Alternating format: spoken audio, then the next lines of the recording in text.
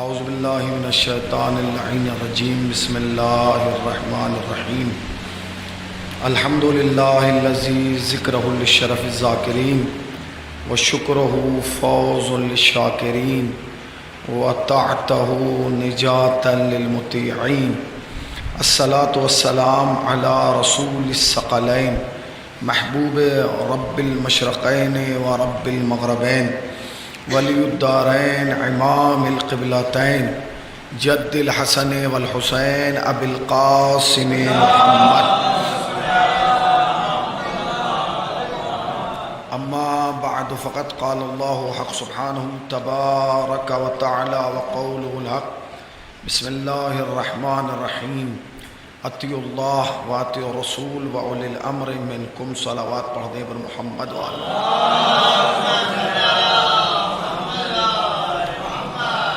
ارباب ولا اور صاحبان فہم و ذکا، عزاداران سید الشہداء اور ماتمداران مظلوم کربلا، ایک مرحومہ کے ایصال ثواب کی مجلس بعنوان ایصال ثواب منعقد کی گئی تھی، لہٰذا آج بھی اسی عنوان کو سرنامہ کلام قرار دیا جا رہا ہے جو کل تک عنوان تھا، یعنی کردار معصوم اور اصحاب معصوم۔ ہم نے گزشتہ 3 دنوں میں 3 اصحاب کی سوانح حیات آپ کی خدمت عالیہ میں عرض کی۔ پہلے جناب سرکار عمار یاسر، اس کے بعد جناب مالک اشتر اور اس کے بعد جناب بہلول دانا، اور کوشش یہ کی گئی کہ وہ باتیں اور وہ نکات اپنے جوانوں تک پہنچائے جائیں جو عموماً ممبر سے بیان نہیں کیے جاتے اور جن کا تذکرہ ممبر سے نہیں کیا جاتا۔ جس آیت کو مسلسل تلاوت کیا جا رہا ہے اس میں ارشاد باری تعالیٰ ہو رہا ہے کہ اطیعوا اللہ، اللہ کی اطاعت کرو، واطیعوا الرسول، اور رسول کی اطاعت کرو، واولی الامر منکم، اور اس کی اطاعت کرو جو صاحب امر ہو، یعنی جو صاحب اقتدار نہیں، جو صاحب امر ہو۔ صاحب اقتدار ہونا اور ہے، صاحب امر ہونا اور ہے۔ صاحب اقتدار تو کوئی بھی ہو سکتا ہے مگر صاحب امر سب نہیں ہو سکتے۔ صاحب امر ہونے کے لیے منصوص من اللہ ہونا ضروری ہے۔ صاحب امر وہی ہوتا ہے جسے اللہ بناتا ہے، اس لیے کہ اللہ نے اسے قدرت دی ہے، اسے طاقت دی ہے، اسے توانائی دی ہے۔ اچھا، اطاعت کا حکم ہے کہ اللہ کی اطاعت کی جائے، رسول اللہ کی اطاعت کی جائے اور صاحبان امر کی اطاعت کی جائے۔ اطاعت کا مطلب کیا ہے؟ اطاعت کہتے کسے ہیں؟ اطاعت کی کیفیت کیا ہے؟ اطاعت کیا صرف ایک لفظ ہے؟ نہیں، اطاعت کا مطلب یہ ہے کہ جو وہ کہہ دیں وہ مان لیا جائے، جیسا وہ کہہ دیں اس پر عمل کرنا وہ اطاعت ہے۔ یہ اطاعت نہیں ہے کہ جس کی آپ اطاعت کر رہے ہیں وہ کہیں کہ بیٹھیں اور آپ کھڑے ہو جائیں، یا جس کی اطاعت کر رہے ہیں وہ کہے کہ آپ کھڑے رہیں اور آپ بیٹھ جائیں۔ نہیں، اطاعت کا مطلب یہ ہے کہ اگر اطاعت کرنا ہے تو جو بھی کہہ دیا گیا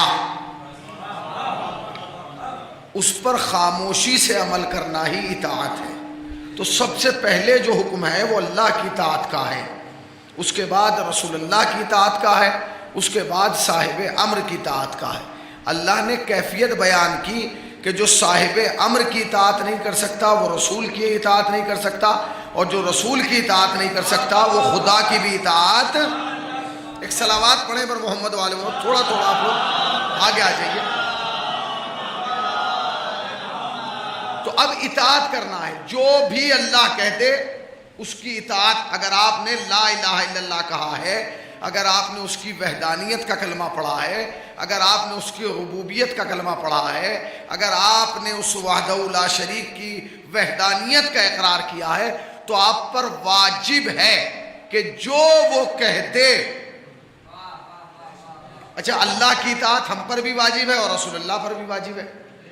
بھائی، اللہ کی اطاعت ہم پر بھی واجب ہے اور رسول اللہ پر بھی واجب ہے، بس فرق یہ ہے کہ ہم امتی ہو کے کریں گے، ہماری جو اطاعت ہوگی وہ اس لیے ہوگی کیونکہ ہم رسول اللہ کے امتی ہیں، مگر اطاعت ہم پر بھی اللہ کی واجب ہے۔ تو اب اللہ نے قرآن میں ایک حکم دیا ہے، وہ حکم کیا دیا ہے؟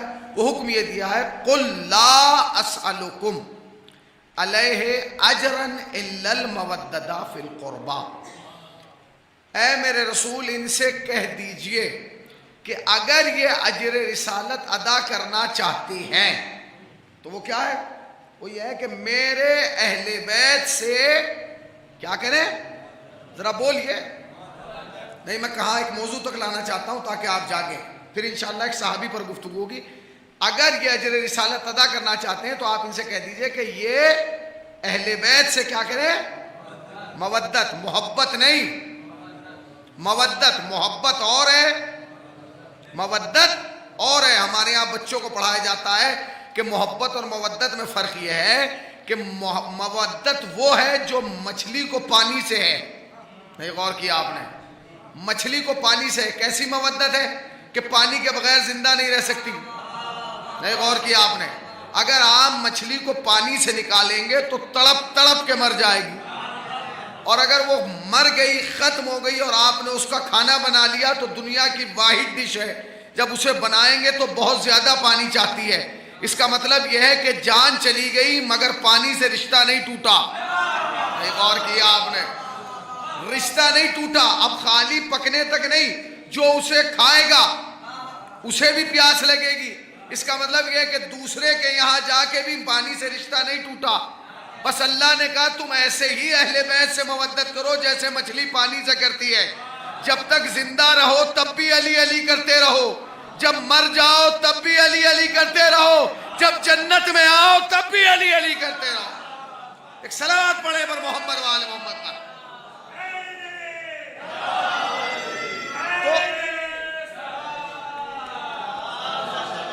تو ہمیں کیا حکم ہے؟ اگر ہمیں اللہ کی اطاعت کرنا ہے تو کیا کرنا ہے؟ بتوجہ سنیے گا، اگر ہمیں اللہ کی اطاعت کرنا ہے تو ہم پر واجب ہے کہ ہم اہل بیت سے کیا کریں؟ مودت کریں۔ یہ حکم رسول اللہ کے لیے نہیں ہے، رسول اللہ تو اہل بیت سے کرتے ہیں محبت، یہ حکم کس کے لیے؟ امت کے لیے ہے۔ اچھا ہم پر تو واجب ہے کہ ہم اہل بیت سے محبت کریں، علی سے محبت کریں، فاطمہ سے محبت کریں، حسن سے محبت کریں، حسین سے محبت کریں۔ کیا رسول اللہ پر بھی کسی کی محبت واجب ہے اہل بیت کے علاوہ؟ تو اب سنیے، پیغمبر اسلام صلی اللہ علیہ وآلہ وسلم، دیکھیے ہم پر حکم ہے اللہ کی جانب سے کہ ہم اہل بیت سے مودت کریں۔ پیغمبر اسلام فرماتے ہیں کہ اللہ نے مجھ پر 4 لوگوں کی محبت واجب قرار دے دی، حکم دیا ہے کہ اے میرے نبی، اے میرے رسول، آپ ان 4 لوگوں سے محبت ضرور کرو گے۔ تو رسول اللہ نے کہا پروردگار وہ کون ہے؟ کہ پہلے کا نام ہے علی، غور کیا آپ نے؟ 4 لوگوں سے محبت کرنا ہے، آپ کو بھی 4 سے کرنا ہے۔ کس کو؟ علی سے، فاطمہ سے، حسن سے، حسین سے اور حسین کی آل سے، ظاہراً یہ 4 پیغمبر اسلام کے آل سے محبت کرنا۔ اللہ نے رسول اللہ کو حکم دیا کہ تمہیں 4 سے محبت کرنا ہے۔ کس سے؟ کہ پہلے علی، اے پروردگار میں تو علی سے محبت کرتا ہی ہوں۔ کہ دوسرے سلمان فارسی، نہیں غور کیا آپ؟ دوسرے سلمان فارسی، پہلے علی سے محبت کرنا ہے، یہ خدا کا حکم ہے رسول اللہ کے لیے، پہلے علی سے محبت کرنا ہے، پھر سلمان فارسی سے محبت کرنا ہے، پھر عمار یاسر سے محبت کرنا ہے، پھر ابو ذر غفاری سے محبت کرنا ہے۔ غور کیا آپ نے؟ ایک صلوات پڑھتے ہیں پر محمد وآل محمد پر۔ غور کیا؟ بہت توجہ، میں یہ چاہتا ہوں کہ باتیں آپ تک پہنچے، کیونکہ یہ عموماً عام مجلسوں میں نہ ہی ہم پڑھ پاتے ہیں نہ ہی آپ سن پاتے ہیں، مگر چونکہ یہ سال ثواب کی مجلس ہے لہٰذا روز ایک صحابی کا تذکرہ ہو تاکہ لوگوں کو پتہ چلے کہ شیعہ ایسا نہیں ہے کہ صحابیوں کے منکر ہیں، ہم اصحاب کو مانتے ہیں، مگر کن اصحاب کو مانتے ہیں، ان کا لیول کیا ہونا چاہیے ہم وہ بتا رہے ہیں۔ ان کا لیول یہ ہے کہ اللہ حکم دے رہا ہے کہ علی سے محبت کرو، سلمان سے محبت کرو، ابو ذر سے محبت کرو، عمار سے محبت کرو۔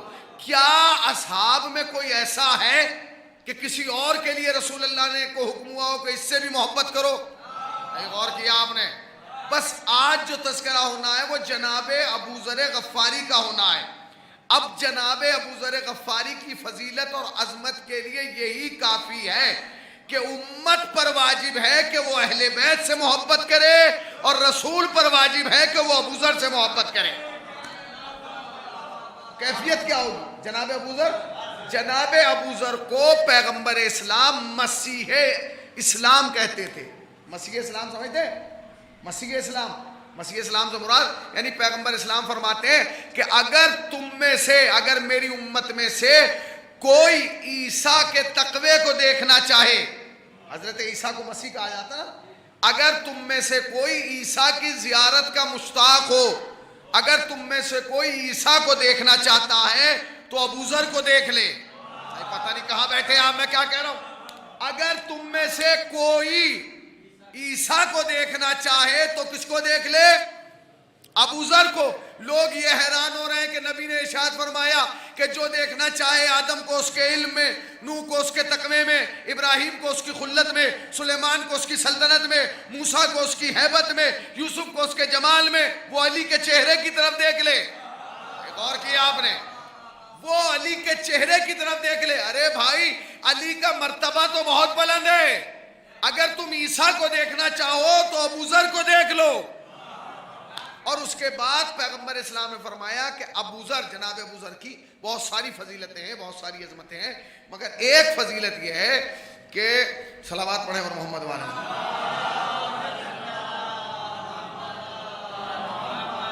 جناب ابو ذر کا ایک لقب جو ہے وہ ردیف نبوت ہے، ردیف نبی. ردیف جانتے ہیں کسے کہتے ہیں؟ ردیف. جب آپ اشعار کہتے ہیں تو اس میں دو چیزیں ہوتی ہیں، ایک قافیہ اور ایک ردیف. جو قافیے کے پیچھے ہو، جو قافیے کے پیچھے ہو اسے کیا کہا جاتا ہے؟ ردیف. اور یاد رکھیے گا قافیہ بدلا جاتا ہے. کہاں بیٹھے ہیں، میں کیا کہہ رہا ہوں. پیغمبر جناب ابو ذر کو کیا کہا جاتا تھا؟ ردیف نبی. ردیف کیوں کہا جاتا تھا؟ اس لیے کہ عرب میں سواریاں کم تھی اور سوار زیادہ تھے، لہذا ایک ایک اونٹ پہ دو دو لوگ سواری کرتے تھے. تو جو پیچھے بیٹھتا تھا اسے ردیف کہا جاتا تھا. جناب ابو ذر پیغمبر اسلام کے ساتھ ان کے ناقے پر سوار ہوتے تھے، اس لیے کہا جاتا تھا ردیف نبی. غور کیا آپ کو؟ ایک صلوات پڑھ دیں پر محمد والے محمد والے.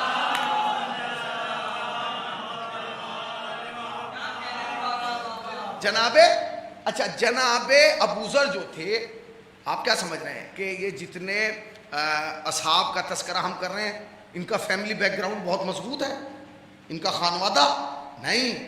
جناب ابو ذر کا جو قبیلہ تھا وہ مشہور تھا لوٹ کرنے میں. وہ صرف قافلوں کو لوٹا کرتے تھے. قبیلے کا نام تھا بنی غفار. قبیلے کا نام کیا تھا؟ بنی غفار. وہ ان کا جو پڑاؤ تھا، کوئی گاؤں تو تھا نہیں، وہ پڑاؤ ڈالتے تھے چوراہے پہ. جیسے وہ قافلہ جو مدینے سے مکے جا رہا ہے یا شام سے یمن جا رہا ہے، وہ چوراہے پہ ڈالتے. تو جو بھی انہیں پھنس جاتا تھا اسے پہلے پکڑتے تھے، پھر پیٹتے تھے اور پھر مال لوٹتے تھے اور پھر چھوڑ دیتے تھے. جناب ابو ذر اسلام کے آنے سے پہلے، جبکہ اسلام کا کہیں نام نہیں تھا، پیغمبر اسلام نے اعلان نبوت نہیں کیا تھا، اس سے پہلے ہی اپنے پورے قبیلے کے خلاف ہو گئے اور انہوں نے کہا بھائی میرے بس کے کام نہیں ہے، میں یہ کام نہیں کر سکتا، میں یہ کام کر ہی نہیں سکتا. اچھا، جناب ابو ذر کی سب سے بڑی فضیلت یہ ہے کہ جناب سلمان فارسی کے بعد اصحاب پیغمبر میں سب سے بلند معیار کس کا ہے؟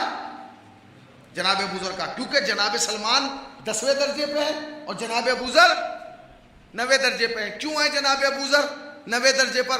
اس لیے کہ معصوم نے فرمایا کہ جناب ابو ذر سوچتے بہت تھے، تفکر کرتے تھے، سوچتے تھے، ہر چیز پر سوچتے تھے.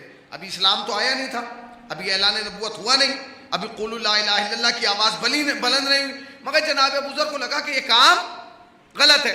تو قافلے والا قبیلے والوں نے کہا کہ اگر تمہیں ہمارے ساتھ رہنا ہے تو تمہیں یہ کام کرنا ہے، اور اگر نہیں رہنا تو تم ہم سے جدا ہو جاؤ. طاقتور بہت تھے، شجاع بہت تھے، بہادر بہت تھے، لہٰذا جناب ابو ذر الگ ہو گئے اور جناب ابو ذر نے ایک اپنا ریوڑ بنا لیا, اس میں بکریاں بھیڑ لے کے اور اسے چرواتے تھے. مگر تاریخ یہ کہتی تھی کہ دیکھیں جناب ابو ذر کی ایک فضیلت یہ ہے کہ جناب ابو ذر اسلام کے آنے سے پہلے اسلام لائے, حکم نماز آنے سے پہلے نماز پڑھی, حکم مسجد آنے سے پہلے آپ نے مسجد بنائی. غور کیا آپ نے, اسلام کا ابھی اسلام نہیں آیا تھا, ابھی نبی نے نہیں بتایا تھا حلال کیا ہے, حرام کیا ہے, پاک کیا ہے, نجس کیا ہے, طیب کیا ہے, نجس کیا ہے, طاہر کیا ہے, نور کیا ہے, ظلمت کیا ہے, یہ کیا ہے, کچھ نہیں. مگر ابو ذر نے اپنے دماغ سے فیصلہ کر لیا کہ یہ کام غلط ہے. ابو ذر کو اس کی جزا ملی. جب جناب ابو ذر الگ ہوئے تو جناب ابو ذر کے لیے تاریخ میں ملتا ہے اب حکم نماز تو آیا نہیں. بھائی نماز کا حکم آیا, آپ کو کس نے بتایا نماز پڑھنا؟ اسلام نہیں تو بتایا کہ پہلے قیام کی حالت میں رہے, پھر رکوع کی حالت میں رہے, پھر سجدے کی حالت میں رہے. جناب ابو ذر کو عبادت کا طریقہ آتا نہیں تھا, مگر پوری رات کھڑے رہتے تھے اور صرف ذہن میں یہ رکھتے تھے کہ مجھے وہ دیکھ رہا ہے جس نے مجھے بنایا ہے. ہائے ہائے, مجھے وہ دیکھ رہا ہے جس نے مجھے بنایا ہے. اور جب صبح ہوتی تھی تو تاریخ کہتی ہے کہ زمین پہ لیٹے ہوئے ملتے تھے, حکم سجدہ نہیں آیا. آپ نے غور نہیں کیا, حکم سجدہ نہیں آیا تھا, مگر جناب ابو ذر ہے. اب معصوم نے بعض روایتوں میں ملتا ہے کہ اللہ نے ان کے دماغ میں ایک الہامی طور پہ کہا تھا کہ تم ایسے, اور اس کے بعد حکم مسجد کے آنے سے پہلے جناب ابو ذر نے ایک مکان کو وقف کر دیا تھا اللہ کی عبادت کے لیے. نہ اس وقت اللہ کو جانتے تھے, نہ رسول اللہ کو جانتے تھے, نہ اسلام کو جانتے تھے, نہ نماز کو جانتے تھے, نہ سجدہ کو جانتے تھے, نہ مسجد کو جانتے تھے. مگر اسلام کو آنے سے پہلے اسلام کی باتیں کرنا شروع کر دی, حکم نماز کے آنے سے پہلے عبادت شروع کر دی, سجدے حکم مسجد کے آنے سے پہلے آپ نے مسجد بنا دی. اب کام کیا ہے, پوری رات کھڑے رہتے ہیں, عبادت کرتے رہتے ہیں, اور صبح ہوتے ہی اپنی بھیڑوں کو جو ہے وہ چرانے لگتے ہیں. اب دیکھیے خدا کیسے ہدایت کرتا ہے. مکے میں نہیں ہیں آپ مکے میں نہیں ہیں, جنگل میں. اب کیسے پتا چلے کہ اللہ کی طرف سے جبرائیل تو نہیں آ سکتا. جناب ابو ذر نے کہا کہ بیٹھے ہوئے اچانک دیکھا کہ ایک بھیڑیا ان کی بھیڑوں پہ حملہ کر رہا ہے. سن رہے ہیں نا؟ اگر سن رہے ہیں تو صلوات پڑھیں پر محمد والے. ایک بھیڑیے نے ان کی بھیڑوں پر حملہ کیا تو جناب ابو ذر نے اس کو جا کے بھگایا. اچھا جناب ابو ذر ادھر سے بھگاتے ہیں تو بھیڑیا ادھر سے آ جاتا ہے, جناب ابو ذر ادھر سے بھگاتے ہیں تو ادھر سے, چاروں طرف سے, کبھی ادھر سے کبھی. آخر میں جناب ابو ذر تھک کے بیٹھ گئے تو کہا وائے ہو تجھ پر کہ تجھے کوئی چیز اور ملی نہیں میری بھیڑوں پہ حملہ کرنے کے علاوہ. ارے کہیں اور جا کے منہ مار, میری بھیڑوں پہ کیوں مار رہا ہے, میرے ہی ریوڑوں پہ کیوں حملہ کر رہا ہے. تو اللہ نے اس بھیڑیے کو قوت گویائی عطا کی, اور گویائی عطا کرنے کے بعد کہا اے ابو ذر تمہیں یہ تو بہت برا لگ رہا ہے کہ میں بھیڑیا ہو کر تمہاری بھیڑوں پر حملہ کر رہا ہوں, تمہیں اس کی پرواہ نہیں کہ مکے میں اللہ نے ایک نبی اتارا ہے. اور تمہیں یہ اس کی پرواہ تو ہے کہ میں تمہاری بھیڑوں پہ حملہ کر رہا ہوں, مگر تمہیں اس کی قطعاً پرواہ نہیں کہ اللہ نے مکے میں ایک نبی اتارا ہے, اسے مبعوث کیا ہے, وہ رسول بن کے آیا ہے, وہ ہادی بن کے آیا ہے, وہ منصوص من اللہ ہے. اور مکے کے کافر جیسے میں تمہاری بھیڑوں پر حملہ کر رہا ہوں ویسے وہ اس محمد پر حملہ کر رہے ہیں. اب جو جناب ابو ذر نے سمجھ گئے کہ مجھے میری منزل مل گئی, بھیڑے نہیں گھر آئے, اور آنے کے بعد اپنے بھائی سے کہا کہ سنو آج ایسا ہوا ہے. کہا تو بھائی اب کیا کرنا ہے؟ کب کرنا ورنہ کچھ نہیں, یہ بھیڑے تم رکھو اور ہم چلے. مکے آ گئے. 1 مہینے تک جناب ابو ذر پیغمبر اسلام کو تلاش کر رہے ہیں, پیغمبر اسلام نہیں مل رہے. لوگوں سے پوچھتے ہیں تو لوگوں کی آنکھوں میں ایسا لگتا ہے جیسے سورج اتر آیا, سمجھ جاتے ہیں کہ لوگ مجھے قتل کر دیں گے, مگر بس دل میں ایک ارمان ہے کہ قتل تو ہونا منظور ہے, مگر خواہش یہ ہے کہ قتل ہونے سے پہلے اس نبی کی زیارت ہو جائے, اس نبی کا دیدار ہو جائے. لہذا اپنے جذبات پر قابو, پردیسی ہیں روایت کا جملہ یہ ہے کہ اس ایک مہینے میں ابو ذر نے ایک بھی لقمہ کھانا نہیں کھایا، ایک بھی لقمہ کھانے کا نہیں کھایا۔ یہ کردار ہے، یہ کریکٹر ہے۔ جناب ابو ذر کوئی معمولی نہیں ہے، اسلام کے ایمان کے 90 درجے پر فائز ہیں۔ آپ کیا سمجھ رہے ہیں مولوی آتا ہے، خطیب آتا ہے، ذاکر کہتا ہے ایک دفعہ ابو ذر کا نام لیا اور گزر گیا؟ نہیں، ضرورت اس بات کی ہے کہ ہر صحابی کے عنوان پر مجلس ہو تاکہ قوم کو پتا چلے۔ ارے ہم تو یہی کہتے ہیں دنیا والوں اور آؤ اور سنو تاکہ تمہیں پتا چلے جب غلام ایسے ہیں تو امام کیسا۔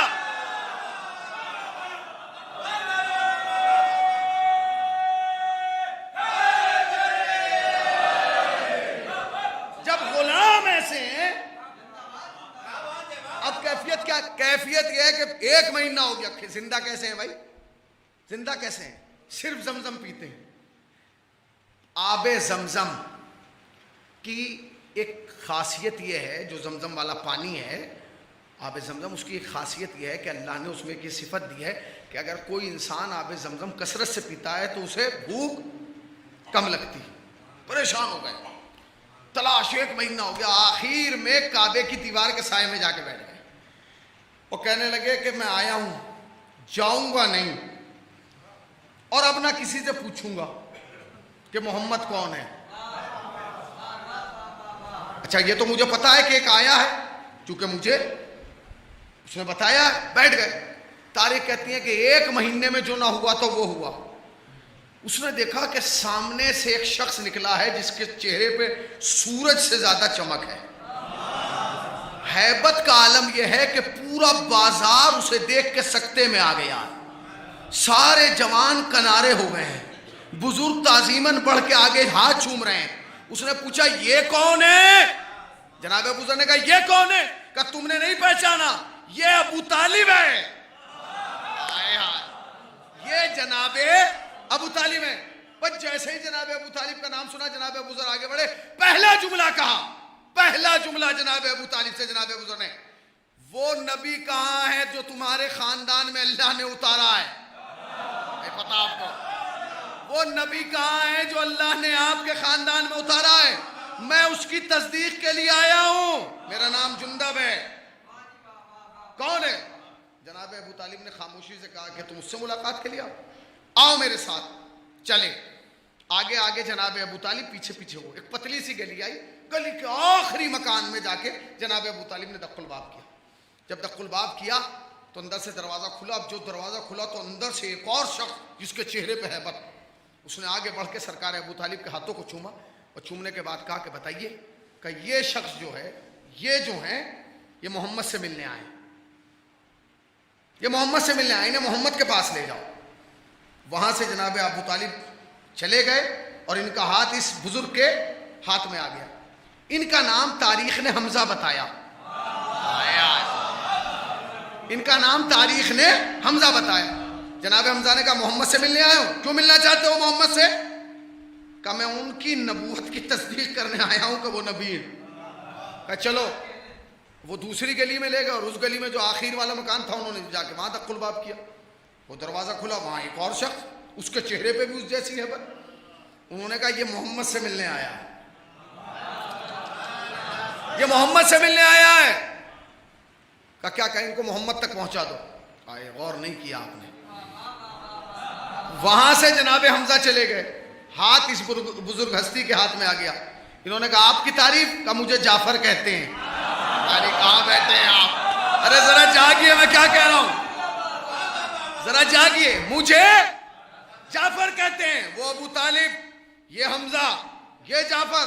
یہ آگے بڑھے اور بڑھ کے گھر میں آئے، دروازہ کھٹکھٹایا تو جب دروازہ کھلا تو اب جناب ابو ذر یہ سوچ رہے ہیں کہ اب پھر کوئی بزرگ نکلے گا۔ اب جو دروازہ کھلا تو ایک 12 سال کا بچہ آیا۔ اس نے کہا ابو ذر کیا تم آ گئے؟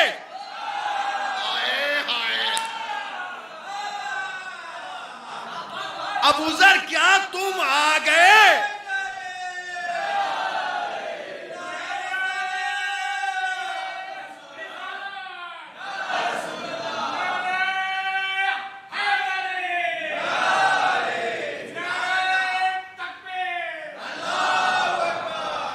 ابو ذر جناب اب آدمی کیا سمجھے گا؟ جب نام لے کے پکارا تو آدمی سمجھے گا کہ یہی، اس سے پہلے کہ یہ کہتے کیا آپ ہی وہ ہیں؟ تو اس بچے نے کہا میں وہ نہیں، میں تو علی ہوں۔ کہا اچھا اب بھی نبی سے ملاقات نہیں؟ کہا نہیں۔ کہا یہ لوگ کون ہیں؟ کہا سن وہ میرا بابا ابو طالب ہے، وہ حمزہ ہیں، یہ جعفر ہیں، میں علی ہوں۔ بس یہ کہنا تھا تو ابو ذر نے کہا میری سمجھ میں نہیں آتا، میں ایک بندے سے ملنے آیا ہوں اور اتنی حفاظت، پہلے ان سے ملاقات پھر ان سے ملاقات۔ کہا ابو ذر اتنی جلدی بھول گیا؟ کیا تجھے اس بھیڑیے نے نہیں بتایا تھا؟ کیا تجھے اس بھیڑیے نے نہیں بتایا تھا کہ مکے کے لوگ محمد کی جان کے دشمن ہیں؟ یہ حفاظت اس لیے ہو رہی ہے۔ کھلاؤ پیغمبر اسلام کی خدمت میں لے کر۔ اب جب جناب ابو ذر پہنچے ہیں پیغمبر اسلام کی خدمت میں تو ایسا لگا جیسے دل کی مراد پوری ہو گئی، قدموں میں گرنا چاہتے تھے، اٹھا کے گلے سے لگا لیا۔ ابو ذر تم آ گئے؟ ہائے ہائے، ابو ذر تم آ گئے۔ جانتے ہیں جناب ابو ذر کی فضیلت کیا ہے؟ جناب ابو ذر ان 7 لوگوں میں سے ایک ہیں جو جناب سیدہ سلام اللہ علیہا کے جنازے میں جنہوں نے شرکت کی ہے۔ کوئی معمولی مقام نہیں ہے۔ زندگی رہی تو انشاءاللہ اس موضوع پر بھی بات ہوگی کہ جناب سیدہ کے جنازے میں جن صحابہ نے شرکت کی ہے ان کا معیار کیا ہے۔ کہا مجھے کلمہ پڑھوائیے، مجھے اسلام قبول کرنا ہے۔ تم تو بہت پہلے کر چکے ہو۔ ہائے ہائے، کہو لا الہ الا اللہ محمد رسول اللہ، کلمہ پڑھا۔ اس کے بعد کہا کہ مجھے اجازت دیجئے کہ میں لوگوں کو دعوت اسلام دوں، مجھے اجازت دیجئے کہ میں لوگوں کو دعوت اسلام دوں۔ پیغمبر اسلام نے فرمایا سنو ابو ذر، تم جاؤ اور جانے کے بعد سب سے پہلے اپنے گھر والوں کو دعوت اسلام دو، پھر اپنے خانوادے والوں کو دعوت اسلام دو، پھر خاندان اور قبیلے کو دعوت اسلام دو۔ اس کے بعد اب سنیے گا، تم جاؤ سب سے پہلے اپنے گھر والوں کو، پھر خاندان والوں کو، پھر قبیلے والوں کو، پھر قوم والوں کو دعوت اسلام دو۔ نبی نے بتایا کہ ہر چیز کی دعوت پہلے گھر سے شروع ہوتی ہے۔ ہمارا سماج یہ چاہتا ہے کہ پہلے ہر کام دوسرا کرے، ہم بعد میں کریں گے۔ بھائی پہلے آپ کیجئے، پہلے آپ کیجئے۔ ایک ہمارے ہاں مشن چل رہا ہے، چلنا چاہیے کہ ایصال ثواب کی مجلسوں میں کھانا بند ہو، تو آپ لوگوں کا کیوں بند کرا رہے ہیں؟ جب آپ کے گھر میں موت ہو سب سے پہلے خود بند کیجئے۔ بھائی نبی کا تو حکم یہی ہے نا کہ ہر چیز کا کام، مگر آپ اپنے گھر سے شروع نہیں کریں گے۔ یہ اسلام کے خلاف ہے۔ اسلام نے قانون دیا کہ پہلے دعوت اپنے گھر والوں کو دو، پیغام اپنے گھر والوں کو دو، میسیج اپنے گھر والوں کو دو، ہدایت کے دروازے اپنے گھر والوں کے لیے کھولو۔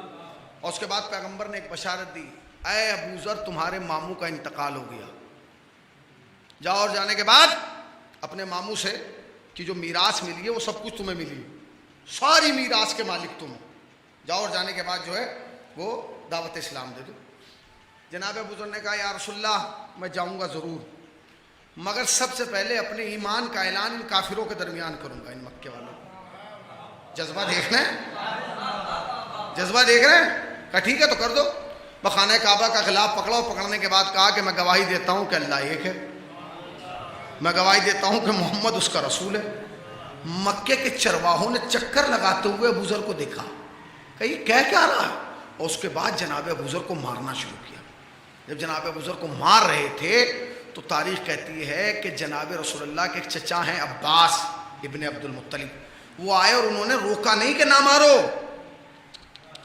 روکا نہیں، بس کھڑے ہو کے کہا او ابو ذر پہ ظلم کرنے والوں سنو، کیا تمہیں معلوم ہے یہ کس قبیلے سے ہے؟ یہ بنی غفار کا بندہ ہے، اور بنی غفار وہ تھا جسے جب چاہتا تھا، ہائے ہائے، جسے جب چاہتا تھا تب پیٹتا تھا۔ جیسے ہمارے یہاں کہتے نہیں بھائی کر تو رہے ہو مگر سوچ لینا بندہ کس خاندان کا ہے، اس کے خاندان والے کون ہیں۔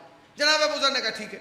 اب جناب ابو ذر چلے۔ اس کے بعد پیغمبر جناب ابو ذر نے کہا کہ یا رسول اللہ میں آپ کی جدائی کیسے برداشت کروں گا، بھائی اتنے دنوں کے بعد تو آپ مجھے ملے اور اب بھی آپ کو چھوڑ دوں۔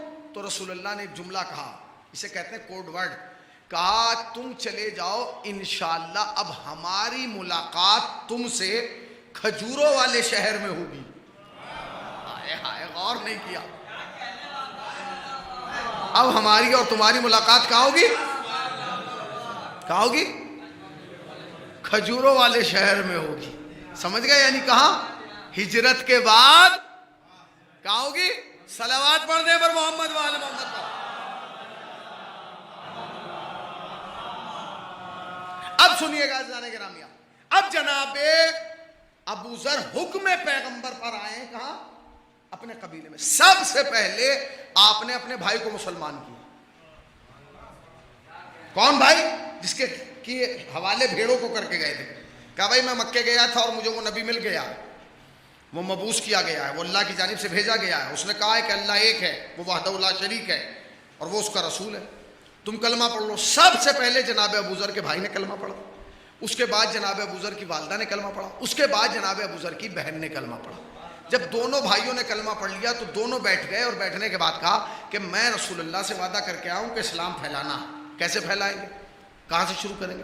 تو جناب ابو ذر کے بھائی نے کہا کہ بھائی تم نہیں پہچانتے، یہ بڑے ہی خطرناک لوگ ہیں، یہ قتل کر دیں گے، یہ مار دیں گے، یہ تمہیں موت کے گھاٹ اتار دیں گے. ابھی باتیں کر رہے تھے کہ قبیلے کے چند جوان جناب ابو ذر سے ملنے آئے، کیونکہ جناب ابو ذر ایک طاقتور انسان تھے، بہادر شجاع.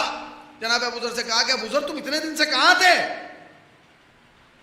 آج آئے ہو تم لوٹ کے. تو جناب ابو ذر نے کہا جس مقصد کی تلاش میں گیا تھا اس وحدہ لا شریک نے مجھے اس مقصد تک پہنچا دیا. یہ جو تھے یہ بتوں کی پوجا کرنے والے تھے، لات منات عزا. جب کہا اس وحدہ لا شریک، تو انہوں نے کہا وحدہ لا شریک کہاں؟ کہا اب میں اسلام قبول کر چکا ہوں. کہ اسلام کا اللہ ایک ہے، اس کے علاوہ کوئی رب نہیں، اور محمد اس کا رسول، اور میں تمہیں بھی دعوت دیتا ہوں. اب جوانوں کی آنکھوں میں تو انگارے اتر آئے، خون، آنکھوں کے ڈورے. جناب ابو ذر کے بھائی نے جناب ابو ذر کو پکڑا اور کنارے کیا. سارے جوان لوٹ کے گئے اور جو قبیلے کا سردار تھا اس سے کہا کہ سردار دیکھا ہے وہ ابو ذر آ گیا اور وہ ایک پیغام لے کے آیا ہے کہ اللہ ایک ہے اور محمد اس کے رسول ہے. قبیلے کے سردار نے کہا کہ میں کل بات کروں گا، انشاءاللہ کل بیٹھ کے بات ہوگی. سارا مجمع جمع ہو گیا. جناب ابو ذر کو بلایا گیا. جناب ابو ذر سے کہا کہ تمہارا پیغام کیا ہے؟ جناب ابو ذر نے کہا پیغام میرا بعد میں سننا، پہلے میری بات سن. کہ کیا؟ کہ ہمارے قبیلے والے سال بھر میں ایک دن مل کے عبادت کرتے ہیں. پورے دن میں، پورے سال میں ایک دن سب مل کے ایک ساتھ عبادت کرتے ہیں.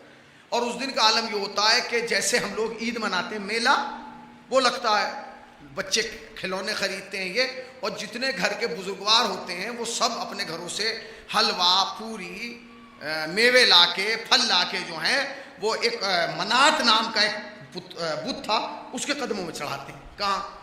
کہا جب اس بار انہوں نے نام لیا اس سن کا کہ اس بار جب وہ میلہ لگا تو تم سب تو وہ پھل رکھ کے آ گئے، میں پوری رات وہیں بیٹھا رہا، نہ میں ہی ہلا نہ وہ بتی ہلا.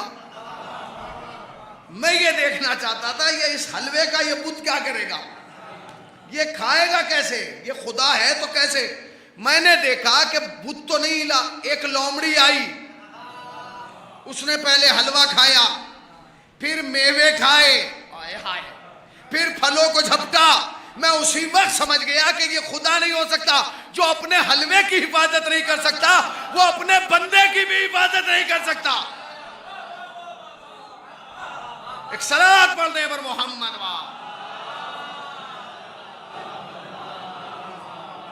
جو اپنے حلوے کی حفاظت نہیں کر سکتا وہ اپنے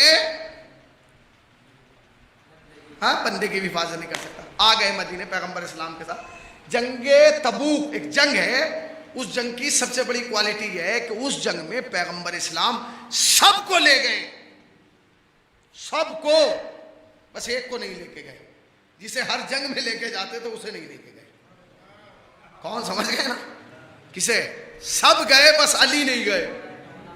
حکم یہ تھا کہ سب جائیں گے مگر مولا کائنات نہیں جائیں گے. کیوں نہیں جائیں گے بھائی؟ ہر جنگ میں تو علی آگے جاتے تھے، ہر جنگ میں علی آگے جاتے تھے. اب نبی کا حکم ہو گیا کہ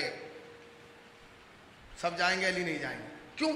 کیونکہ پیغمبر اسلام جانتے تھے کہ یہ جو مقابلہ ہے یہ روم کی فوج سے، اور کچھ مسلمانوں کے جو خلاف لوگ تھے انہوں نے مخبری کی تھی کہ محمد تو جنگ کرنے کے لیے نکلیں گے شہر سے باہر، تم پیچھے سے حملہ شہر پہ کر دینا، ان کی عورتوں کو کنیز بنا لینا، ان کے گھروں کو آگ لگا دینا، ان کے مال کو لوٹ لینا۔ تو اب دیکھیں نبی نے کیا کہا، نبی نے کہا کہ سب جائیں گے، ایک بچہ بھی نہیں رہے گا شہر میں، سب جائیں گے جنگ کرنے کے لیے، بس علی شہر میں رہیں گے۔ محسوس کیا آپ نے؟ شاید حیدر بھائی آپ پہنچے نہیں جملے تک، اگر پہنچ جاتے۔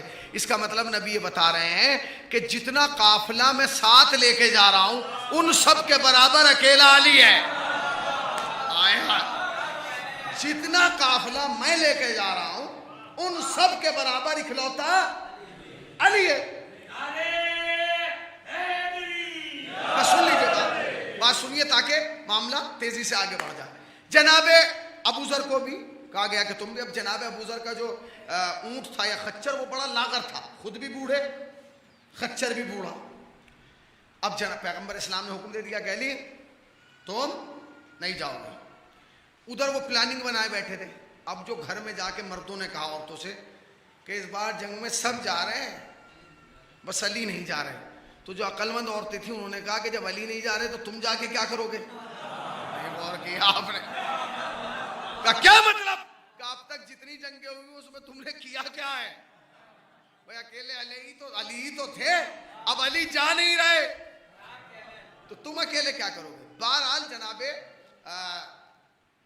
ابو ذر جو ہیں چلے، اب جناب پورا قافلہ تیز جا رہا ہے، جناب ابو ذر اپنا اس گدھے پہ یا خچر پہ یا اونٹ پہ آہستہ آہستہ جا رہے ہیں۔ ایک منزل وہ آئی کہ جناب ابو ذر کا وہ خچر جو ہے وہ مر گیا، لاغر تھا مر گیا۔ اب جناب ابو ذر پیدل ہو گئے، پیدل چلنے لگے بیچارے، چلتے چلتے جو مشکیزہ تھا اس کا بھی پانی ختم ہو گیا۔ جب ختم ہو گیا اب ایک تو جناب ابو ذر نہیں آ رہے، مولا کائنات نہیں آ رہے، پلس جناب ابو ذر بھی نہیں، چل رہے ہیں۔ ادھر قافلہ اپنے مقام پر پہنچ گیا، جناب ابو ذر کا انتظار ہو رہا ہے۔ جناب ابو ذر کو پیاس لگ رہی ہے، شدت کی پیاس۔ دیکھا کہ سامنے جو ہے وہ ایک چشمہ ہے، چشمے سے ٹھنڈا پانی نکل رہا ہے۔ آپ نے پانی بھرا اور پانی بھرنے کے بعد جیسے ہی پینا چاہتے تھے دل میں خیال آیا کہ پیاس تو میرے رسول کو بھی لگی ہوگی۔ غور نہیں کیا، پیاس تو میرے رسول کو بھی لگی ہوگی، مگر پتہ نہیں میرے رسول نے پانی پیا ہوگا کہ نہیں، اور اگر پیا ہوگا تو وہ اتنا تازہ ہوگا کہ نہیں، اور اگر تازہ ہوگا تو اتنا ٹھنڈا ہوگا کہ نہیں، اور یہ کیسے ہو سکتا ہے کہ میرا نبی پیاسا رہے اور میں پانی پی لوں۔ لہٰذا انہوں نے اس مشکیزہ میں پانی بھرا اور اس میں ڈانٹ لگا دی کہ پہلے میں رسول اللہ کو پلاؤں گا اور پھر خود۔ اب وہ آہستہ آہستہ چلتے چلتے بہرحال اب وہاں قافلے میں حالات یہ ہیں کہ لوگ رسول اللہ سے باتیں کر رہے ہیں۔ لیجیے آپ تو یہ کہتے تھے کہ ابو ذر سے زیادہ طاقتور کوئی نہیں، یہ 9ویں درجے پر ہے، یہ تو خود نہیں آئے کیونکہ علی نہیں آئے۔ اتنی دیر میں پیچھے سے ایک دھول اڑتی ہوئی نظر آئی، نبی نے کہا دیکھو میرا ابو ذر آ گیا، میرا ابو ذر آ گیا۔ جیسے ہی جناب ابو ذر پہنچے تو ہونٹوں پہ جو پپڑیاں تھیں وہ پھٹ چکی تھیں، اور ان سے کیونکہ جب عرب میں ہوا چلتی ہے ریگستان کی تو اونٹوں کو پپڑیوں کو کیا کر دیتی ہے، پھاڑ دیتی ہے، خون نکل کے خشک ہو چکا تھا۔ تو کہا ابو ذر تم نے پانی کیوں نہیں پیا؟ کہا یا رسول اللہ یہ کیسے ہو سکتا تھا کہ آپ پیاسے رہتے اور میں پانی پی لیتا، پہلے آپ پانی پیجئے۔ اس وقت پیغمبر اسلام نے ایک حدیث جناب ابو ذر کے لیے ارشاد فرمائی، وہ حدیث سنیے۔ پیغمبر اسلام نے فرمایا کہ زمین نے بوجھ نہیں اٹھایا اور آسمان نے سایہ نہیں کیا ابو ذر سے زیادہ سچے انسان پر۔ نہیں غور کیا آپ نے؟ پھر سنیے اس حدیث کو تاکہ آپ سمجھ رہے ہیں میں معاملہ کیا ہے۔ لوگ جناب ابو ذر کے دشمن اس لیے تھوڑے ہیں، اسی حدیث کی وجہ سے تو ہیں۔ زمین نے ابو ذر سے زیادہ سچے آدمی کا وزن نہیں اٹھایا اور آسمان نے ابو ذر سے زیادہ سچے انسان پر نہیں غور کیا آپ نے؟ بھائی سچے کو عربی میں کہا جاتا ہے صدیق، نہیں پتا؟ اس کا مطلب یہ ہے کہ امت کا صدیق اور ہے رسول اللہ کا صدیق۔ ایک صلاۃ پڑھ دے پر محمد وآل محمد۔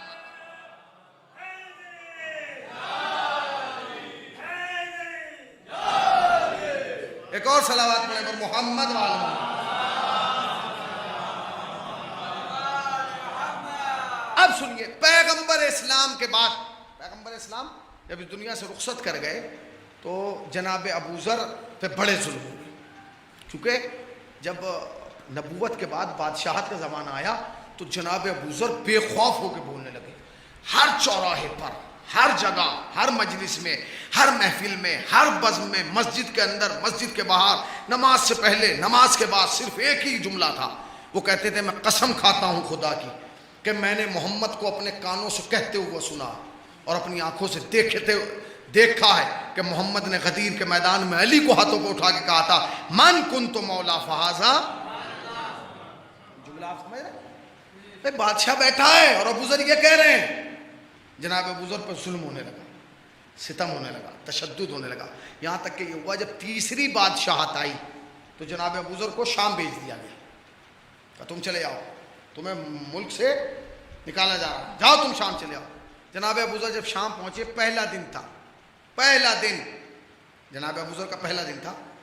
جناب ابو ذر نے لوگوں سے پوچھا کہ بھائی میں تو مکے میں سنتا تھا، مدینے میں، کہ شام والے بڑے امیر ہیں، تم تو سڑکوں پہ سو رہے ہو، تمہارے پاس پہننے کو کپڑے نہیں ہیں، تم پہ کھانے کو روٹی نہیں ہے. تو انہوں نے کہا سنو، یہاں شام میں صرف ایک امیر ہے اور وہ بادشاہ ہے، وہ بادشاہ ہے، ورنہ امت تو غریب ہے، فقیر ہے، ہمارا سب حق مار کے تو وہ امیر بنا بیٹھا. تو انہوں نے کہا کون ہے؟ کہا کل دکھائیں گے کون. صبح میں دیکھا کہ ایک شخص جو ہے عجیب و غریب شکل کا ایک گھوڑے پہ سوار ہو گیا، گھوڑے کو سونے کے زیور سے لادا ہوا. جناب ابو ذر نے کہا یہ کون ہے؟ یہاں لوگ بھوکے مر رہے ہیں اور اس نے گھوڑے پہ اتنا سونا لادا ہوا، کون ہے؟ تو انہوں نے کہا یہی امیر شام ہے. گئے اور گھوڑے کی لگام میں ہاتھ ڈال دیا. جن کی گھوڑے کی لگام میں ہاتھ ڈالا تھا وہ خود امیر المومنین بنے بیٹھے تھے، خود خلیفۃ المسلمین بنے بیٹھے تھے، خود کاتب وحی الہی تھے، خود اپنے آپ کو صحابی رسول کہتے تھے. ہاتھ ڈال دیا. تو انہوں نے کہا تم کون؟ کہ تم مجھے نہیں جانتے، میں ابو ذر ہوں. ابو ذر. اس نے بھی ابو ذر کا نام سنا تھا. آیا، اس نے بھی ابو ذر کا نام سنا تھا. اس نے سوچا کہیں یہاں یہ وہی نعرہ نہ لگا دے جو یہ مکے اور مدینے میں لگاتا تھا کہ میں نے اپنی آنکھوں سے دیکھا ہے، میں نے اپنے کانوں سے سنا. اس نے کہا کہ آپ دربار آئیے. تو ابو ذر نے کہا اکیلے آؤں یا ان سب کو لے کے آؤں؟ کہا نہیں اکیلے آؤ. اب دربار کا بلاوا تو دے دیا، مگر بادشاہ کے دل میں ایک ہیبت ہے کہ وہ دربار میں آئے گا تو نہ جانے کیا کہہ دے، اس لیے کہ وہ تو جری ہے، شجاع ہے، بہادر ہے، وہ ڈرے گا نہیں. تو ابو ذر کے لیے ایک غلام کو بلایا گیا جو خاص غلام تھا امیر شام کا، اور اسے 20,000 دینار دیے گئے اور لے جا کے کہا کہ اس کو جا کے تو ابو ذر کو دے دے، یعنی ابو ذر کو خرید لے. اور ابو ذر کو کہنا کہ یہ رکھے، یہ بادشاہ نے بھجوائے اور اسے رکھ لے، اور رکھنے کے بعد جو ہے پھر آ جا. اس نے کہا جی مجھے کیا ملے گا؟ کہ جب تو یہ اس کو دے کے آئے گا تو میں تجھے آزاد کر دوں گا. غلام کو کیا چاہیے؟ آزادی. غلام 20,000 دینار لے کے پہنچا. کہاں ہے؟ کہاں؟ پتہ چلا کہ فقیروں کے درمیان ابو ذر بیٹھے ہیں. نہیں غور کیا فقیروں کے درمیان کیوں بیٹھے ہیں؟ کیونکہ علی کا نعرہ تھا جب علی فقیروں کے درمیان بیٹھتے تھے تو کہتے تھے ایک فقیر فقیر کے درمیان بیٹھا ہے، ایک غریب غریب کے درمیان بیٹھا ہے، ایک بندہ خدا کے درمیان بیٹھا ہے. وہ گیا، اس نے کہا ابو ذر تم یہاں بیٹھے ہو؟ کہاں؟ کہ بادشاہ سلامت نے یہ بھیجا ہے. کہ کیا؟ کہ 20,000 دینار. ابو ذر نے کہا میرے لیے بھیجا ہے؟ سارے شام میں بٹ گیا ہے. آئے آئے بھائی سارے شام میں بانٹا ہے یا مجھے ہی دیا جا رہا ہے؟ کہ خالی تمہیں؟ کہ تو مجھے ایسی دولت نہیں چاہیے جو مجھے ہی دی جا رہی ہو. کہ کیا کہنا؟ کہ پہلے سب کو دو پھر مجھے دو. اس نے کہا بادشاہ کو سب کی فکر نہیں ہے، تمہاری ہے، تم غریب ہو.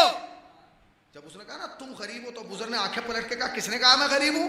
میرے پاس 2 روٹیاں ہیں. میں نے کہا بیٹھے آپ ایک صلوات پڑھیں پر محمد والے. آئیے مولانا ادھر. نہیں بھائی ادھر آئیے مولانا، ادھر تشریف سرکار، ادھر تشریف سرکار ادھر. مولانا نعیم عالم صاحب قبلہ جو ہیں وہ ہمارے شہر کی ایک عظیم شخصیت ہے. اردو ادب پر، میر علی صلی اللہ مقامہ پر، اردو شاعری پر اس وقت ہمارے ان 4-5 ضلعوں میں ان سے بڑا کام کسی نے نہیں کیا. یعنی جو اساتذہ ہیں لکھنؤ میں وہ بھی انہیں استاد مانتے ہیں. یہ ہمارے لیے فخر ہے، اور یہ سب سے بڑا فخر ہے کہ اللہ نے انہیں اس عمر میں اس کمال تک پہنچا دیا. کیونکہ بہت سارے لوگ تو یہ ڈھونڈتے ہیں نا کہ عمر زیادہ ہوگی تو کمال بڑا ہوگا. ایک صلوات پڑھ دیں پر محمد والے محمد. بس 2 باتیں سن لیجیے اور مجلس تمام. جناب ابو ذر نے کہا کیا؟ کہا کہ تم مجھے غریب کہہ رہا ہے؟ کہا تم غریب ہو، تمہارے پہ کھانے کو نہیں. کہا اے سن میں غریب نہیں ہوں، 2 روٹیاں ہیں. کہا 2 روٹی پہ اتنی عقل؟ کہاں؟ کہا 2 روٹی ہیں 2، تیرے پاس تو وہ بھی نہیں. کہا میرے پاس تو جب بہت کھانا ہے. کہا کہاں ہے؟ کہ رات کو ملے گا. کہا کہاں سے ملے گا؟ کہا حکومت سے. کہا وہ تیرا تھوڑی ہے بھائی، وہ تیرا تھوڑا ہی ہے، وہ تو حاکم کا ہے، یہ میری محنت کی کمائی ہے. کہا ان 2 روٹیوں کا کیا کرو؟ کہا ایک کھاؤں گا اب، اور اگر صبح کو زندہ اٹھ گیا تو دوسری کھاؤں گا صبح کو. اور اس نے کہا اس کے بعد بھی کوئی پرواہ نہیں، اس لیے کہ جس نے یہ 2 دی ہیں کل وہ اور بھی دے گا. ایک صلوات پڑھ دیں پر محمد. اب وہ جو سپاہی آیا تھا اس کے دماغ میں تھا میں کسی طریقے سے پیسے دے دوں تاکہ میں آزاد ہو جاؤں. اس نے کہا ابو ذر یہ تم رکھ لو، تم غریب ہو. اس نے کہا کہ سنو یہ پیسے میری طرف سے لے جا کے تم اپنے امیر کو دے دینا، اپنے بادشاہ کو یہ دے دینا. کہا کیوں؟ کہا کہ اس لیے کہ میں امیر ہوں وہ غریب ہے. میں امیر ہوں وہ غریب. کا کیا؟ کہاں اس پیسے کی ضرورت اسے ہے، الحمدللہ ہمیں پیسے کی ضرورت نہیں، ہم تو بہت امیر ہیں. کہ تمہارے پاس ایسی کون سی دولت ہے ہمیں نظر تو آ نہیں رہی. فرمایا اس دولت کا نام ہے ولایت علی. ہائے ہائے، اس دولت کا نام ہے ولایت علی.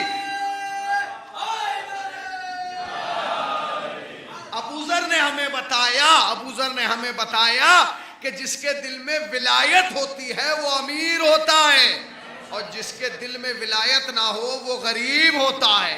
ایک صلوات پڑھ دیں پر محمد. آخری بات اور مجلس تمام. اس نے کہا وہ آیا اور آنے کے بعد جناب ابو ذر سے کہا کہ لے، اور جناب ابو ذر نے کہا نہیں ہمیں نہیں لینا، لے جاؤ. بادشاہ کے پاس گیا. بادشاہ نے کہا کیا ہوا تم ابو ذر کو دے آئے؟ اس نے کہا جی وہ نہیں لے گا. کہا کیوں؟ کہ وہ ابو ذر ہے. وہ ابو ذر ہے. کس دروازے پہ تھا وہ؟ جہاں غلام ابو ذر ہیں اور کنیزیں فضہ ہیں. صلوات پڑھیں پر محمد وآل محمد پر. وہ ابو ذر ہے، یعنی ذر کا باپ ہے. وہ تیرے 20,000 دینار لے گا. اس نے کہا کسی اور کو بھیجو. اس نے کہا ہوش میں آ، جسے میں نہیں خرید پایا اسے. تو اس نے کہا کچھ بھی کرو انہیں واپس بھیجو. واپس. اب واپس جب بھیجا گیا، اب وہ سفر بغیر کسی یعنی اونٹ پر کوئی سین باندھے بغیر، کوئی محمل لگائے بغیر، کوئی ایسی چیز جس پر انسان آرام سے بیٹھ سکے، اس کے بغیر ہی جناب ابو ذر کو اونٹ پر بٹھا دیا گیا. وہ سفر طویل سفر ہوتا تھا. جناب ابو ذر کی دونوں طرف سے ٹانگیں چھل گئی، خون بہنے لگا، ضعیفی کا عالم ہے. مگر آپ مدینے آ گئے. اب جب مدینے آئے پہلے دن جو پہنچے تو دیکھا ظلم ہو رہا. وہ جناب ابو ذر نمائی سے کہا یہ کیا ہو رہا ہے؟ لوگوں نے دیکھا ارے یہ واپس آ گیا. کہاں؟ ایک نے پوچھا کب آئے؟ کہا بھی. کہ اس کا مطلب واپس جانے کی جلدی تیاری کر رہے ہو. کہ کیا؟ سیدھے جا کے جو قاضی تھا، قاضی اس سے جا کے انہوں نے فوراً جا کے جنگ مول لے لی. یہ کیا کر رہا ہے؟ شرم نہیں آتی؟ کس منصب پہ بیٹھا ہے؟ فیصلے کیا کر رہا ہے؟ تو اس نے ابو ذر کی آنکھوں کو پہچانتا نہیں تھا. آنکھوں میں آنکھیں ڈال کے کہا تجھے ہوش ہے میں کون ہوں؟ کہ کون ہے؟ کہ میں حکومت کا قاضی ہوں. ابو ذر نے کہا اگر تو حکومت کا قاضی ہے میں نبوت کا صحابی ہوں. اگر تو قاضی ہو کے اتنے دبدبے میں ہے تو میں تو صحابی ہوں. اس نے کہا چلو انہیں لے کے لے آئے. تیسری حکومت ہے، تیسرا بادشاہ بیٹا. اس نے کہا ابو ذر کب آئے؟ آج. کہتے ہی پہلا جملہ جناب ابو ذر، پہلا جملہ کا سن میں گواہی دیتا ہوں اس اللہ کے کہ وہ ایک ہے اور رسول اللہ اس کے بھیجے ہوئے نبی ہیں، اس کی طرف سے بھیجے ہوئے رسول ہیں. میں قسم کھا کے کہتا ہوں کہ میں نے اپنی آنکھوں سے وہی جملہ دیکھا ہے اور اپنے کانوں سے سنا ہے کہ محمد نے 1.25 لاکھ کے میدان میں محمد علی کو کاندھوں پہ اٹھا کے کہا تھا کہ من کنت مولا فہذا، بھرا ہوا چھلکتی ہوئی مسجد، اور اس میں جناب ابو ذر نے قلم فضائل پڑھنا شروع کر دی کہ کیا کہنا اس علی کے جس کے لیے نبی نے فرمایا میں اور علی ایک ہی نور کے دو ٹکڑے ہیں؟ کیا کہنا اس علی کے جس کے لیے نبی نے فرمایا کہ میں علم کا شہر ہوں، علی اس کا دروازہ؟ کیا کہنا اس نبی کا علی کا کہ جس کے لیے نبی نے فرمایا میں حکمتوں کا شہر ہوں، علی اس کا دروازہ؟ کیا کہنا اس علی کا جس کے لیے نبی نے فرمایا کہ میرے نزدیک تیری منزلت وہی ہے جو ہارون کے نزدیک موسیٰ کی تھی؟ کیا کہنا؟ وہ ساری فضیلت ہے۔ آخر میں بادشاہ کہہ رہا کچھ ہمارے لیے بھی کہا ہے رسول نے، وہ بھی تمہیں یاد ہے کہ نہیں؟ تو فوراً جناب ابو ذر نے کہا ہاں وہ بھی یاد ہے، وہ بھی سن۔ کیا رسول اللہ نے کہا تھا ابو ذر یاد رکھنا جس دن بھی میرے ممبر پر بنی امیہ کے کسی شخص کو دیکھنا سمجھنا اسلام خطرے میں آ گیا۔ صلاۃ پڑھ دیں پر محمد و آل محمد۔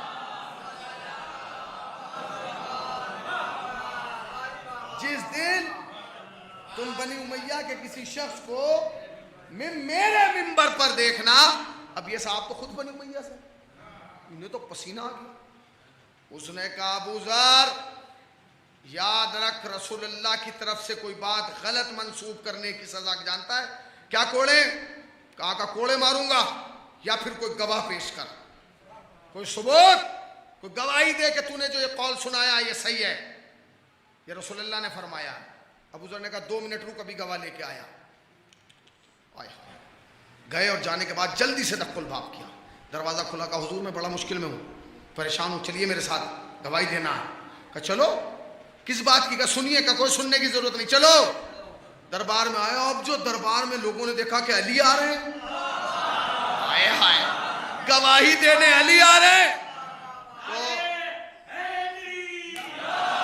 تو تخت پہ بیٹھا ہوا تھا اس نے کہا علی کیا آپ ان کی طرف سے گواہی دینے آئے؟ کہا بالکل صحیح۔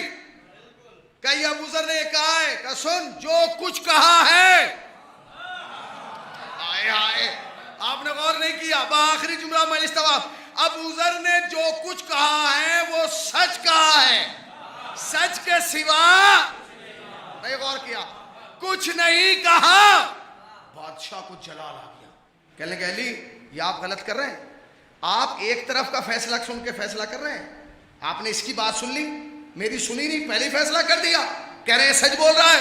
علی نے کہا خدا کی قسم، اس خدا کی قسم جس کے قبضہ قدرت میں میری جان ہے، نہ میں نے تیری بات سنی نہ اس کی بات سنی۔ کہا تو گواہی کیوں دے دی؟ کہا میں گواہی اس لیے نہیں دے رہا ہوں کہ اس کی بات کیا ہے، مجھے تو نبی کی بات یاد ہے، نبی نے فرمایا ہے ابو ذر سے سچا انسان نہ زمین کے اوپر ہے نہ آسمان کے نیچے۔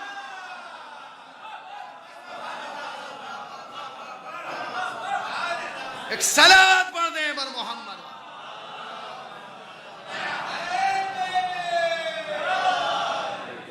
ابو ذر سے سچا انسان نہ زمین کے اوپر ہے نہ آسمان کے نیچے، یہی وہ سچے تھے جنہوں نے فاطمہ کو کاندھا دیا۔ ابو ذر، عمار یاسر، سلمان، بلال، زندگی رہی انشاءاللہ تو ابھی تو بہت سارے صحابی رہ گئے، انشاءاللہ جب بھی مجلس ہوگی کسی نہ کسی صحابی پر پڑھی جائے، اور کیجیے گا۔ کون لوگ ہیں؟ لوگ کہتے ہیں شیعہ صحابی کو نہیں مانتے، بھائی یہ ترقی یافتہ زمانہ ہے، مگر ترقی کے زمانے میں ایک جملہ کہنا چاہتا ہوں نعیم صاحب، بھائی حیدر بھائی توجہ سنیے گا اس جملے کو، ترقی ہم نے بہت کر لی مگر آج بھی اصلی بھی ہے اور نقلی بھی ہے۔ یہی وجہ ہے کہ نوٹ بدلنے کے بعد بھی اگر آپ کے ہاتھ میں نوٹ دیا جا رہا ہے تو آپ ایک ایک نوٹ کو یوں چیک کر رہے ہیں، ابھی بھیا اب تو نوٹ بدل گیا، نیا آ گیا، کہ نئے میں بھی نقلی آ گیا۔ یہ آپ نہیں، دنیا کی ہر قوم، خالی شیعہ نہیں، سنی، حنفی، مالکی، شافعی، حنبلی، عیسائی، سکھ، ہندو، کسی بھی قوم کے کسی بندے کے ہاتھ میں آپ 5000 کی گڈی دیں اور 100 کے نوٹ ہو، خدا کی قسم ایک ایک نوٹ کو چیک کر کے یوں چیک کرے گا۔ کیوں کر رہا ہے بھائی؟ کہیں ایسا نہ ہو کہ نوٹوں کی گڈی میں کوئی نقلی آ جائے، نہ جانے آپ کتنے بھولے ہیں۔ آپ کہتے ہیں شیعہ صحابی کو نہیں مانتے، جس زمانے میں لوگ نوٹ کی گڈی چیک کیے بغیر نہیں رکھتے، ہم صحابیت کا گڈھا بغیر چیک کیے رکھ لیں، یہ چاہ رہے ہیں کہ ہم صحابیت کا گڈھا چیک کیے بغیر؟ نہیں، ایک ایک صحابی چیک۔ صحابی وہی ہوں گے جن کے لیے نبی نے حدیث اللہ نے مجھے 4 لوگوں سے محبت کا حکم دیا. ایک علی ہیں, ایک ابو ذر ہیں, ایک سلمان ہیں, ایک عمار ہیں. یہ وہ ہستیاں ہیں. سلمان 10ویں درجے پر فائز ہے. کبھی زندگی رہی تو جناب سلمان پہ بات ہوگی, مگر جناب ابو ذر کاندھا دینے والے ہیں. لوگ کہتے ہیں کہ صحابیت کی پہچان کیا ہے؟ شیعہ کسے صحابی مانتے ہیں؟ خدا قسم تم جسے چاہو صحابی مان لیں گے. ہم جس کو تم کہو گے مردوں میں اسے مانیں گے, عورتوں میں جسے کہو گے اسے مانیں گے. مگر ہماری شرط ہے, مردوں کے لیے بھی ایک شرط ہے, عورتوں کے لیے بھی ایک شرط ہے. وہ شرط کیا ہے؟ مردوں میں اسے مانیں گے جس نے نبی کا جنازہ اٹھایا ہے. غور کیا, مردوں میں اسے مانیں گے جس نے نبی کا جنازہ اٹھایا ہے, اور عورتوں میں اسے مانیں گے جو فاطمہ کے لیے اٹھ گیا ہے. فاطمہ کا جنازہ اٹھانے میں کون تھے؟ سلمان تھے, ابو ذر تھے, مقداد تھے, قمبر تھے. کیسے کیسے لوگ تھے. علی کا درد دل بانٹتے تھے. علی جیسے مشکل کشا کے لیے سبب راحت تھے, سبب سکون تھے. فاطمہ زہرا سلام اللہ علیہا سلمان کو امو کہتی تھی, چچا.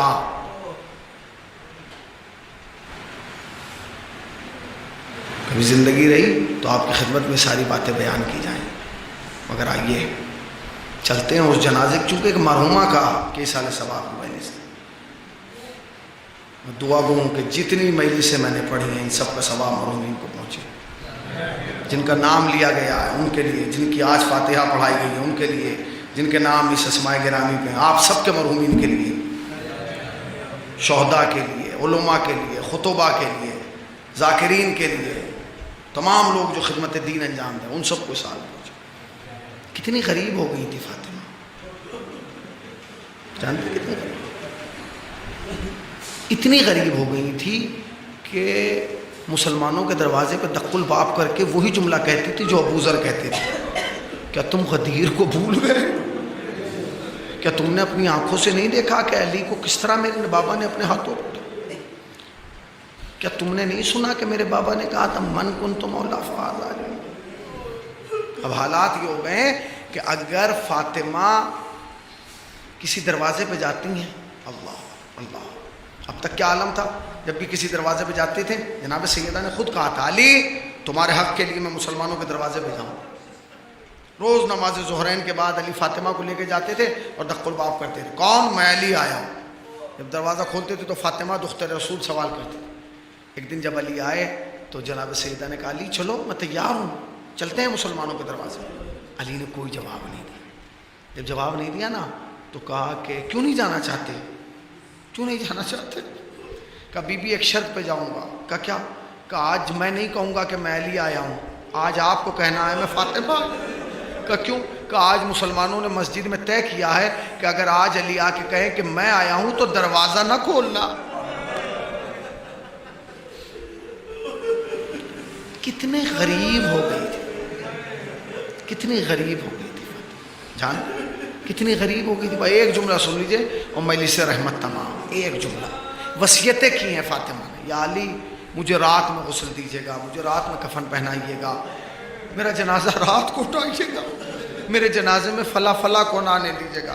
کچھ وصیتیں وہ ہیں جو میر انیس صلی اللہ مقاموں نے اپنے مرثیے میں نقل کی ہیں. وہ کہتے ہیں کہ علی جب حسنین کو دولہا بنانا تو میری قبر پہ ضرور لانا.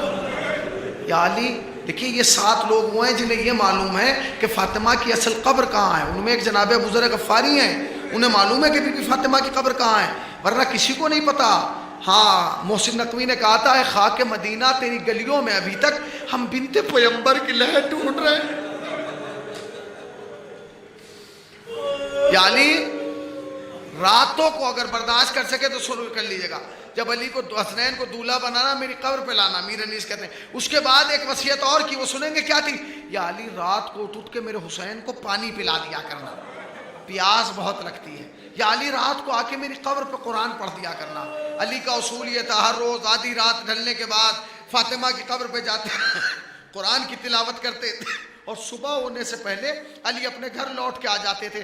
ایک روز جو علی قبر فاطمہ پہ پہنچے, قرآن کھولا, جیسے ہی کہا بسم اللہ, قبر زہرا کو زلزلہ آیا. علی نے دونوں ہاتھ قبر زہرا پہ رکھے, اے دختر رسول خیر تو ہے, اے بنت رسول خیر تو ہے. آواز آئی علی گھر واپس چلے جاؤ. کیا ہوا؟ کہ میرا حسین پیاس کے مارے بستر پہ تڑپ رہا ہے. اے بی